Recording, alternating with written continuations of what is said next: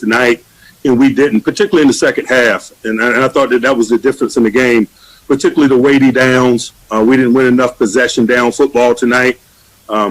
It was just examples of it were littered throughout. I thought that touchdown drive to start the second half when we had them 3rd and 14 and they hit a perimeter screen for a significant gain and moved the chains, kind of started the ball rolling in the wrong way, if you will. We were down in the red area twice, and we went for it on 4th down and didn't convert either. So possession down ball was heavy in this football game, and we paid the consequences of it, of failure in it, such as life in our game. I'm excited about facing the adversity of losing with this group, man, and smiling in the face of it and preparing and getting ready for our next challenge. And so with that, I'll open it up for questions. All right, let's go to Dale Lally. Dale, go ahead. Mike, the 4th down pass to Anthony McFarland, was he the number one option on that play? Absolutely, he was. Jerry Dulac? Hey, Mike, can you put a finger on some of the inconsistencies of the offense? You had the points haven't been as much the last 2 games as they were earlier this year. We just got to make routine plays routinely. And I say that often, but there's a lot of truth to it. We got to make routine plays routinely, and we're not making them routinely enough right now. And so it's affecting our fluidity as a collective group. Dejan?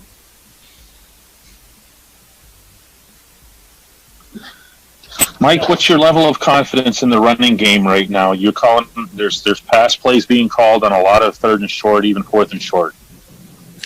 I'm just worried about us fluidly moving the football, whether it's run or pass. We move it how we choose to move it.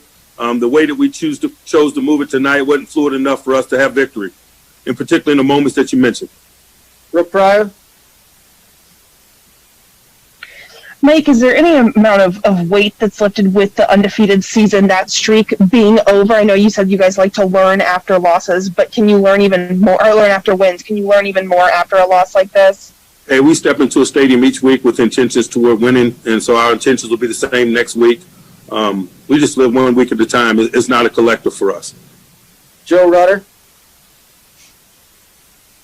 Yeah, Mike, you talk about routine plays. Would some of those drops be characterized as routine, and how concerning is that? A lot of them be characterized as routine. Mike Pizzuto?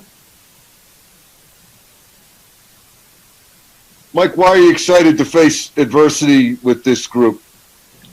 Because, Ben, different points along the journey, you get a chance to learn about yourself, who you are, what you're made of, individually and collectively, and it takes the journey to reveal that. And so, we're faced with a loss now, so we'll get an opportunity to smile in the face of it. Mark Caboli? Hey, Mike, they were having a lot of success in the second half with the running back out of the backfield. Can you put a finger on why they were so successful?